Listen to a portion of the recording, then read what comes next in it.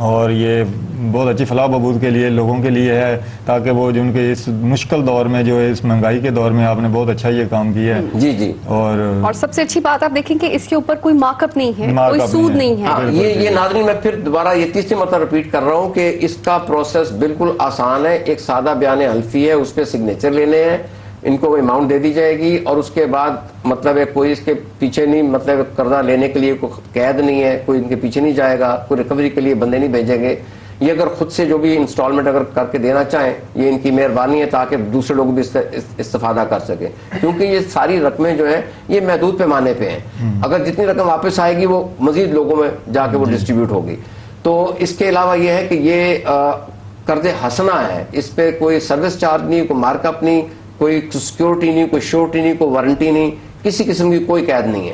یہ بالکل free of charge قسم کی ایک خدمت ہے جو اللہ تعالیٰ نے کسی کے نصیب میں لکھی ہے، وہ اس کو نبھا رہے ہیں. تو ساتھی آپ نے کچھ اور پوچھنا تھا اس کے بارے میں؟ جی سر، میں ان کے کاروبار کے حوالے سے ہی ان سے پوچھنا تھا کہ ان کو آپ کیا مشورہ دیں گے کاروبار کے حوالے سے، یہ کس طریقے سے مزید آپ کر سکتے ہیں؟ وہ میرے خیال میں پھر سے دہرا رہا ہوں ناظرین کہ یہ کاروبار کے جو چند اصول ہیں، 4-5 اصول جو ہیں، وہ سب سے پہلے تو اللہ پہ پورا توکل ہے. آپ مسلمان ہیں، آپ مسلمانی کو اور چمکا لیں تھوڑا سا، اور یہ ذہن میں رکھیں کہ رزق کی جو تقسیم ہے وہ اللہ کے ہاتھ میں ہے، اللہ ہی رازق ہے، ذمہ داری اللہ کی ہے. جب یہ آپ کا توکل مضبوط ہو جائے گا، اللہ آپ کی مدد کرے گا، اور اللہ سے بڑا زیادہ مددگار کون ہو سکتا ہے، طاقتور کون ہو سکتا ہے. ٹھیک ہے. دوسری چیز یہ ہے کہ اپنے مقصد کو، اپنے نصب العین کو بالکل واضح کر لیں کہ میں نے اس کاروبار کو کامیاب کرنا ہے، اور ایک اپنے پلان بنائے ذہن کے اندر کہ 1 سال کے بعد میں نے کہاں جانا ہے، 2 سال کے بعد کہاں جانا ہے، 3 سال کے بعد میں نے کم سے کم 300 بندے اپنے ساتھ مطلب نوکری پہ رکھنے ہیں یا ان کے کاروبار میں اضافہ کرنا ہے. ٹھیک ہے. اور تیسرا یہ ہے کہ اگر مطلب ہے یہ تو ساری کاروبار سے متعلق چیزیں ہوگی. تیسرا ہے کہ ماں باپ اگر ہیں ان کی خدمت کریں، ان کی دعائیں لیں، دعاؤں میں بہت سخت تاثیر ہے، بہت سپورٹ ملتی ہے اس سے. رشتہ دار عزیز ہیں ان سے صلہ رحمی سے بات کریں، اور سب سے بڑھ کے جو آپ کے کلائنٹ ہیں، گاہک ہیں، وہ آپ کا سرمایہ ہے. آپ مطلب ہے کہ یہ خدا کے لیے، یہ میں نے بڑا سخت یہ چیز دیکھی ہے پنجاب کے اندر کہ یہ ہمارے دکانداروں کی، باقی لوگوں کی زبان جو ہے وہ اتنی شستہ نہیں ہے، نہ ہی نرم ہے. تلخ کلامی نہیں. وہ کہتے ہیں لینا لون تو جاؤ اپنا کام کرو، میرا وقت کیوں ضائع کر رہے ہو، لینا تو کچھ ہے تو بھاگو یہاں سے. آپ نے یہ کام نہیں کرنا. یہ میں نے پوری دنیا میں سفر کیا، کراچی میں کئی سال رہا ہوں، وہاں پہ آپ انڈیا میں چلے جائیں مثال کے طور پہ، تو وہ گاہک کو واپس نہیں جانے دیتے، وہ کچھ نہ کچھ اس کو بیچ کے دیتے ہیں. اور چاہے آپ 100 چیزیں دیکھیں، 1000 چیزیں دیکھیں، وہ 2000 پرائس کہہ رہے ہیں آپ کو، میں 2 روپیہ دوں گا، وہ بالکل مائنڈ نہیں کرتے. اس چیز کو اپنائیں. اور اگر کوئی گاہک کسی وجہ سے آپ کو کچھ چیز واپس کرتا ہے، وہ بڑی خوش دلی سے واپس لے لیں، کوئی فرق نہیں پڑتا. وہ آپ کا 2, 4, 6, 10 روپے پروفٹ کم ہو جائے گا، لیکن اس سے برکت پڑے گی، اللہ کی رحمتیں آئیں گی.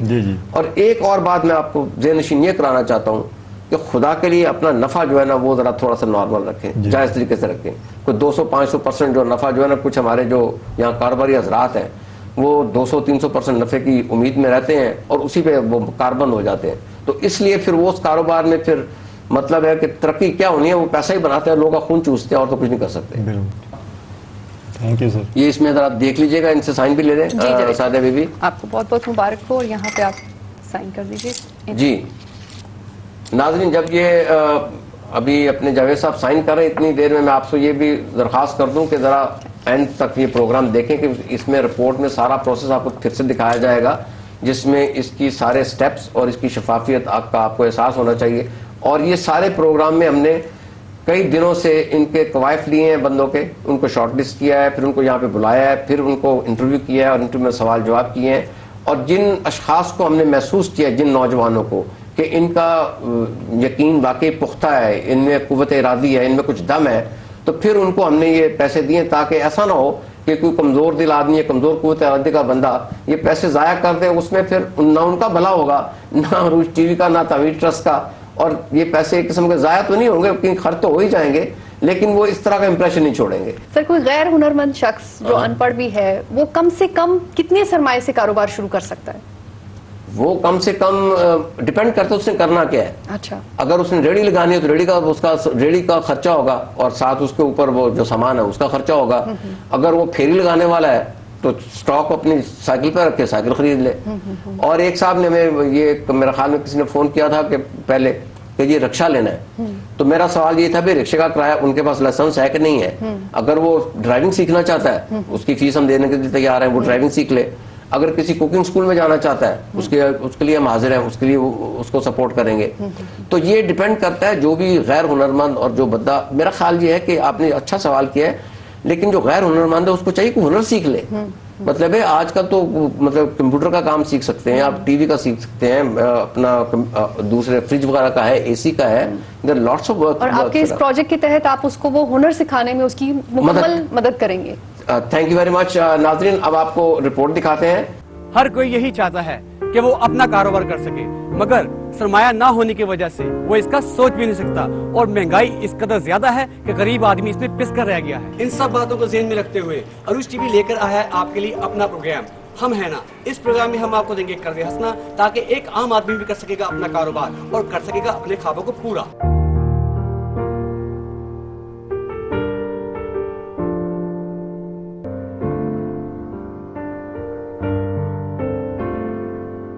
پورے پاکستان سے قرض حسنہ حاصل کرنے کے لیے ہمارے پاس ہزاروں اپلیکیشنز آئیں.